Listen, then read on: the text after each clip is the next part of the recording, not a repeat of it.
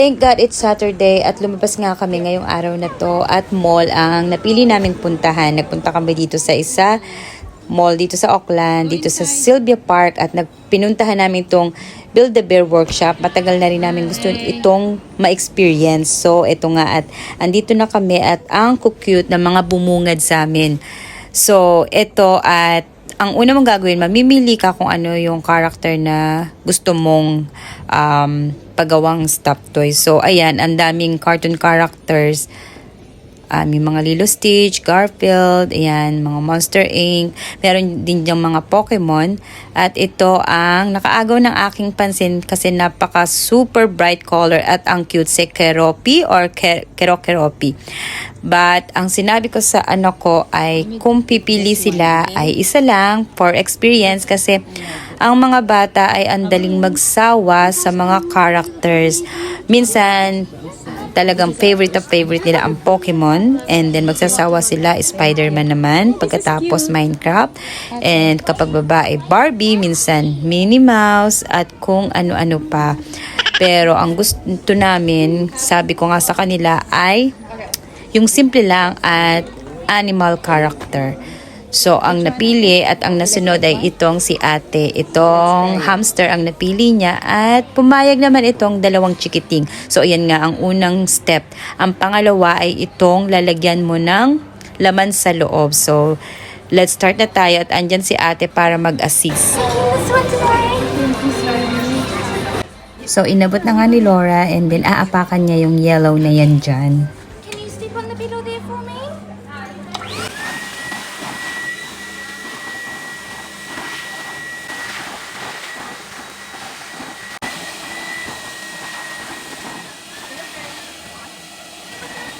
Ayan, at malapit nang mapuno at to the rescue nga naman itong si Kuya. Tinulungan na rin si Bunso para matapos na.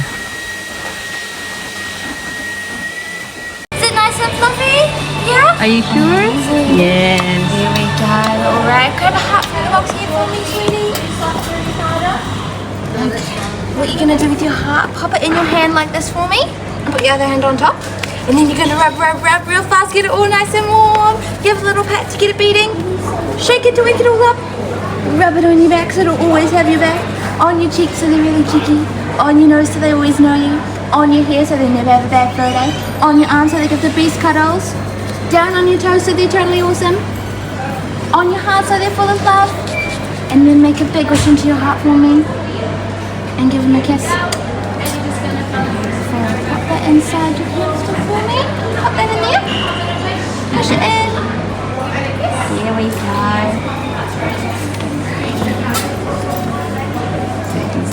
So, ang cute at nakakatuwa naman at meron pa palang ilalagay na heart shape dito sa loob ng stuffed toy.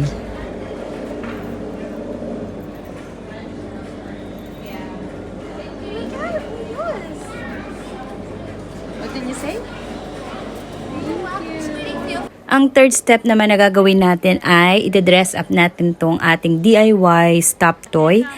And ayan nga, sa sobrang daming pagpipilian ay napakahirap mamili kung ano talaga yung gusto mong isuot sa kanya. So, itong mga dress up na to ay meron siyang bayad per piece. So, talagang any accessories ay babayaran mo siya. So, ayan na nga, pili-pili pa rin kami at ang napili namin ay itong tutu skirt na nakuha namin sa may wedding section dress up. So, cute naman siya and plain tingnan, malinis. So, ayan nga at aming binibihisa na siya.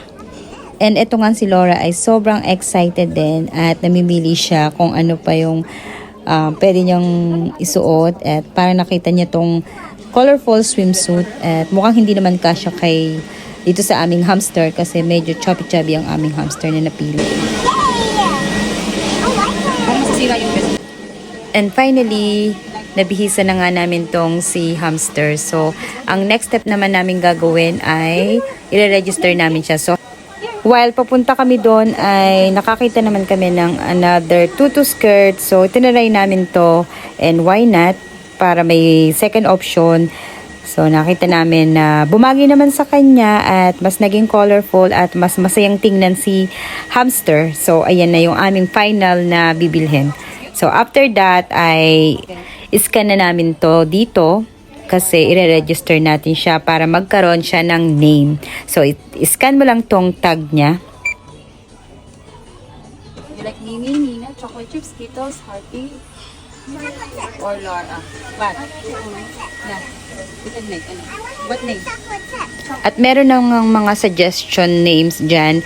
Pero pinag-usapan pa rin namin kung ano ang aming ibibigay na name sa kanya. So itong ano kong lalaki ay medyo komedyante. So ang tinype niya ay P-O-O-P. Tapos ayan, merong mga arguments na nangyari dahil mamimili nga kami kung ano yung aming ipapangalan sa kanya. So si ate ang nakaisip na magpangalan sa kanya at pumayag naman sila na Hami ang ipapangalan dito sa aming si hamster. From the word hamster. So, di ba, ang cute ng Hami. Unique. Wow, Lorraine. No. His name is Laura. Okay, do you like Hami, Laura? Kuya, pick Hami. Are you Hami? Okay. And press it. Enter. And finally, we're done. After a long discussion, ay nakapag-decide na nga kami na Hami ang pangalan sa kanya at ang last step ay dadalhin na namin dito sa counter at ibibigay sa amin yung printable certificate ni Hami. So ayan, at nagwe-wait lang kami for our turn kasi meron pang isang customer. Next one. Hi. We don't know if we done it right. You don't need to do that. We did that, but it's... Yeah, so I'll be behind. Okay, yeah. Go give it to At yan, iniscan na nga ni ate at babayaran na namin. And then, she asked kung if we need box for her. So, ang cute ng box. But, this is not for free. May bayad siyang $4. So, ayan. At pwede mo nga rin kulayan yung box na yan. So, ayan, katulad yan. So, ibinigay na niya sa amin ang certificate. Nilagay na niya sa loob. At eto, we're done and we're so happy at na-experience namin tong Build-A-Bear workshop and sana nag-enjoy kayo sa panonood and yeah, masaya tong gawin lalo na with your kids kasi matutuwa sila.